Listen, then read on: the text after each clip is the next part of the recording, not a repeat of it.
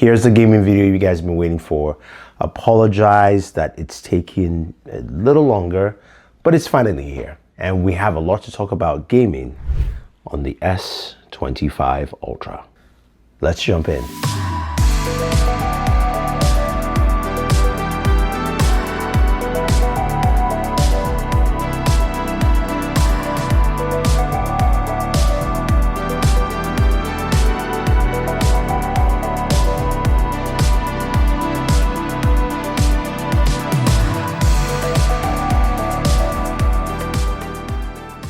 Hey guys, Thunder E here, and the S25 Ultra is finally here, the latest flagship from Samsung. And as you know very well, we do a lot of gaming videos on this channel, and we're going to talk about gaming and what it brings with this device. Now, initially, I kind of thought maybe, I don't think I need to do a gaming video because I've covered a lot of devices with the Snapdragon 8 Elite chipset. But this one is a little different, and the hardware here also has a lot of differences that add to that equation. And let's take a look at the hardware. First things first is we've got a lovely 6.9-inch display, those thinner bezels in the same housing frame from last year at 6.8. It looks absolutely gorgeous, lovely display. If you're a Bleach fan, you can see the horns of salvation from Ichigo, and they look absolutely lovely. Now, with that display being that big, it's also 120 Hertz, it feels really smooth. I like that. The next thing, of course, is the hardware itself. You've now got rounded corners, making it much more comfortable to game, especially compared to the Galaxy S24 Ultra last year, which had sharper corners, and when you're holding it, it could actually just kind of punch into your hands as you're trying to play a shooter for quite a while. So that's also a huge improvement. Now, internally, I mentioned the Snapdragon 8 Elite chipset, but we do have the 8 Elite chipset for Galaxy, so this is specially tuned for this device. And typically over the years, this is a chip that is slightly overclocked. In terms of performance, we'll see some benchmarks to see what it brings to the table, but of course, this is a very powerful chip, and it's based off the Snapdragon 8 Elite. We've seen some really great performance across the board. Speaking of that performance, what do we have for benchmarks? That's also very important because some of you like benchmarks, right? So we start off with 3D Mark and looking at wildlife.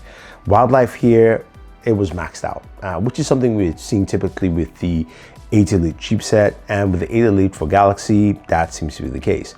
Solar Bay, we're getting about 10,464, which is also very good. So some good performances there.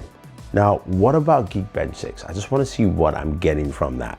Single core score, this one is great, 3,095, some really nice scores, and it almost hit 10,000 with a score of 9,904 on multi-core. And when we check out our GPU score, we have a score of 19,651. So it's in line with the Snapdragon 8 Elite. So what does that Snapdragon 8 Elite for Galaxy bring to the table? Well, let's take a look at our games. Starting off with Call of Duty Mobile. Again, it's a simple benchmark, great barometer to actually test with. We can play 120 frames per second, quite easy at its settings, and it runs very well, it's very smooth.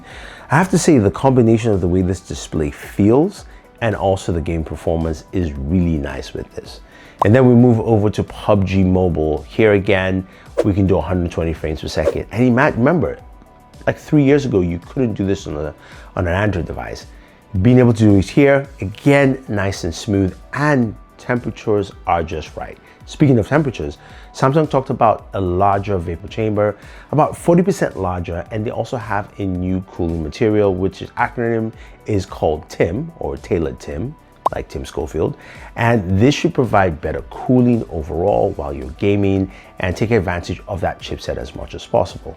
So when we move over to Genshin Impact, where you usually see temperatures begin to rise up, Genshin able to play very well at its max settings and getting 60 frames per second without even dipping.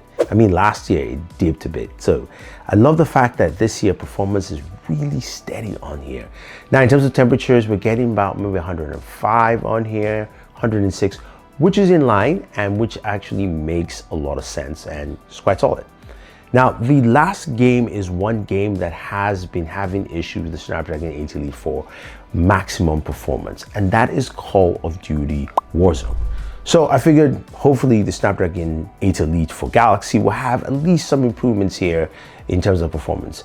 Went ahead, put it at its max settings, everything maxed, and we're getting about 39 frames per second, which is not fun, all right, because we should be getting about 60 frames per second, especially when you look at this compared to MediaTek chipsets and everything else out there. But what I found interesting here was my temperatures also rose drastically. I was getting anything between 111 sometimes. I also got 120 once.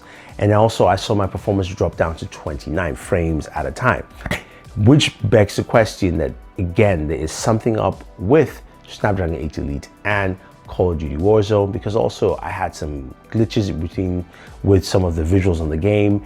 Some of the assets didn't load up properly. So something is up. Please get it fixed, because it's a very capable chipset. I know it's capable, but there's just something that just doesn't work with it, with this game. And also the temperatures as well, which is quite maddening.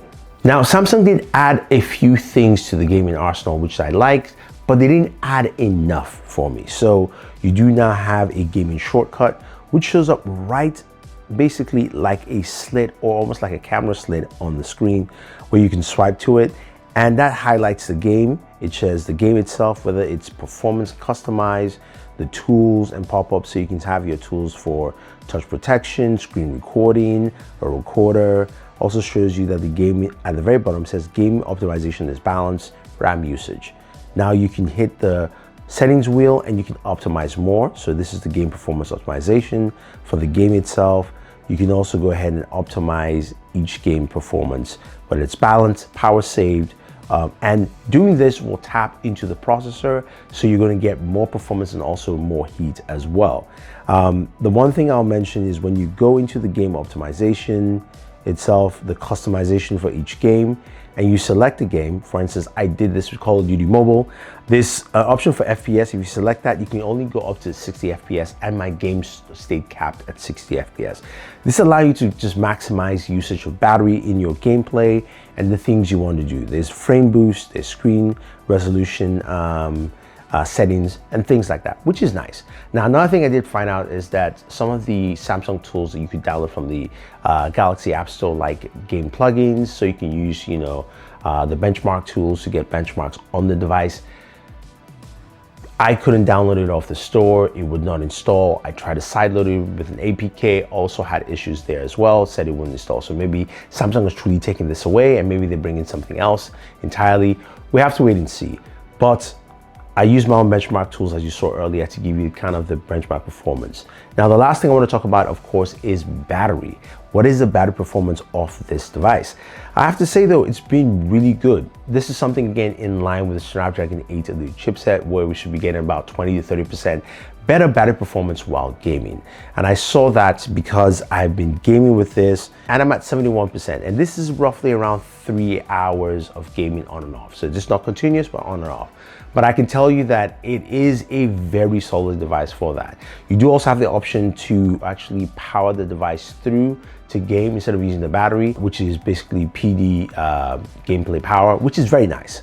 So when I look at everything this brings to the table, I like what it is. I like that it's more comfortable to hold. I like that I've got a better screen and also just a more comfortable screen. I like the fact that performance is solid all the way through, except with Call of Duty Warzone, but I also like the audio of it. Take a listen. He pardoned that lady that had 100 fetuses in her basement. I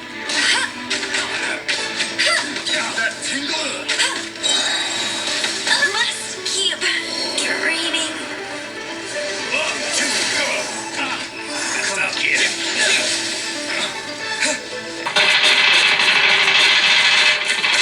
Enemy down. Sniper eliminated. Changing mag. Government. We've taken the lead. Yes, sounds really good. And I promise, guys, I will do a speaker test for you. But if you have any questions or any comments and you like this video, you want to see more gaming videos like this, you just want to see more gaming videos on the channel, let me know. Leave your thoughts about the S25 Ultra. If you want to pick one up, use our link down below. This is Thunder E saying thank you, and always enjoy your entertainment. Yeah, I need some sleep. See you guys later.